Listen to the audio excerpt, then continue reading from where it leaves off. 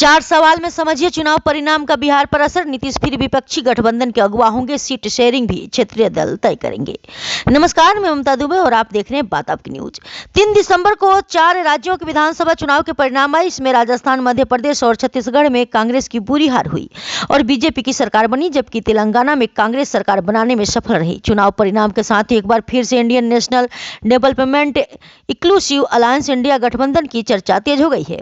गठबंधन की 4 महीने की खामोशी को सबसे पहले कांग्रेस की तरफ से तोड़ा गया। पार्टी के राष्ट्रीय अध्यक्ष मल्लिकार्जुन खड़गे ने 6 दिसंबर को सभी 28 सहयोगी दलों की दिल्ली में बैठक बुलाई है। कांग्रेस के इस बुलावे के तुरंत बाद जदयू के नेताओं की प्रतिक्रिया आने लगी।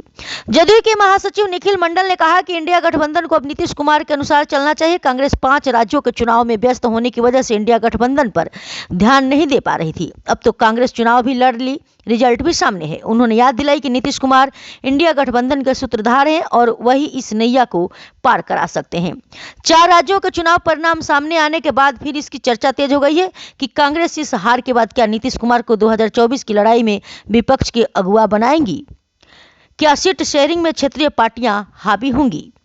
इंडिया गठबंधन में शामिल पार्टियों के कार्यकर्ताओं में निराशा होगी। सभी ये मानकर चल रहे थे कि कम से कम 2 राज्यों में कांग्रेस की जीत होगी। अब पूरा हिंदी भाषी राज्य बीजेपी के खाते में चला गया है।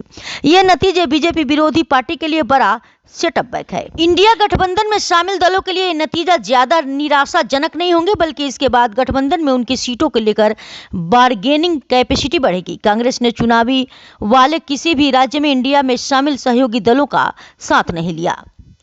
एमपी में तो कांग्रेस के खिलाफ सपा और जदयू जैसी पार्टियों ने अपने उम्मीदवार उतारे। सहयोगी के कहने के बाद भी किसी भी बड़े नेता से कैंपेनिंग नहीं कराई। पॉलिटिकल एक्सपर्ट कहते हैं कि जिन राज्यों में विपक्षी दलों की सरकार है और वे ज्यादा प्रभावी होंगे, उनकी अहमियत भी बढ़ेगी।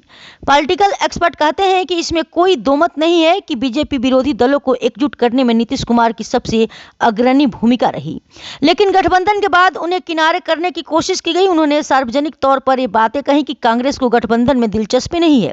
अब कांग्रेस ऐसा नहीं कर पाएगी। अब एक बार फिर से स्टीयरिंग क्षेत्रीय पार्टियों के हाथ में ही आएगी।